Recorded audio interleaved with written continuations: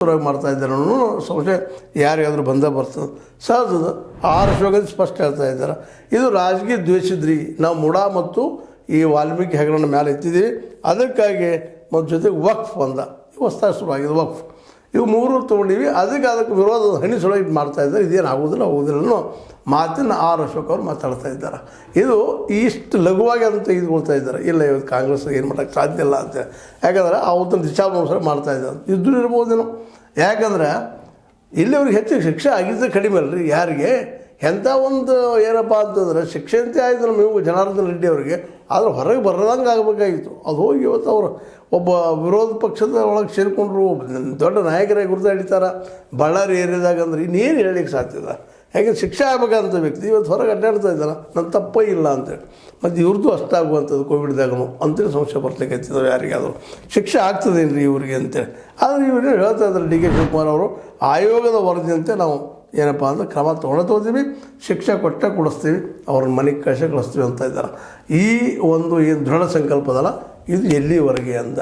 ಯಾಕೆ ಈಗ ಇವ್ರ ಮೇಲೂ ಆರೋಪಗಳಿದ್ದಾವೆ ಡಿ ಕೆ ಶಿವಕುಮಾರ್ ಅವ್ರ ಮೇಲೆ. ಸಪೋಸ್ ಅವರು ಸಿ ಬಿ ಐದಲ್ಲಿ ಏನೋ ಸಿಕ್ಕಾಕೊಂಡು ಯಾರು ಸಿಕ್ಕಾಕೊಂಡಿದ್ದಾರೆ ಅವರು. ಸಿ ಬಿ ಐಗಾಗಿ ಭಾಳ ಸಿಗೋದು ಬೇಡಂತೆ ಏನೋ ಗುದ್ದಾಡೆ ನಮ್ಮ ಲೋಕಾಯುಕ್ತಕ್ಕೆ ಏನೋ ಕೇಸ್ ಟ್ರಾನ್ಸ್ಫರ್ ಮಾಡಿಕೊಂಡು ಏನೋ ಗದ್ದಲ ಮಾಡಿದ್ದಾರೆ, ಆದರೂ ಅದು ಬಿಡ್ತಾ ಇಲ್ಲ. ನಮ್ಮ 14 ಮಂದಿ ಬೆನ್ನು ಹತ್ತಿಬಿಟ್ಟಿದ್ದಾರೆ ಅವ್ರಿಗೆ. ಇವನ್ ಸುಪ್ರೀಂ ಕೋರ್ಟಿಗೆ ಹೋದ್ರು ಸಹಿತ ಅಲ್ಲಿ ಬೇರೆ ಹತ್ತಿದ್ದಾರೆ.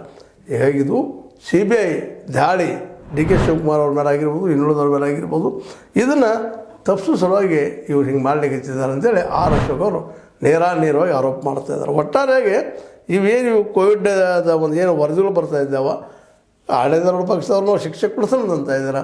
ಇವರು ಇಲ್ಲ ದಿಶಾಪುಲು ಮಾಡ್ತಾಯಿದ್ರು, ಇವರೇನು ಶಿಕ್ಷೆ ಕೊಡಿಸೋಣ ಅನ್ನೋ ಮಾತಾಡಲಿಕ್ಕೆ ಹಚ್ಚಿದ್ದಾರೆ. ಒಟ್ಟಾರೆಯಾಗಿ ಕೋವಿಡ್ ಮಾತ್ರ ಈ ಎರಡೂ ಪಕ್ಷಗಳಿಗೆ, ವಿರೋಧ ಪಕ್ಷಕ್ಕೆ ಮತ್ತು ಆಡಳಿತಾರೂಢ ಪಕ್ಷಕ್ಕೆ ಒಂದು ತೆನ್ನುವಾದಂಗೆ ಆಗಿಬಿಟ್ಟದ ಅಂತಾರೆ.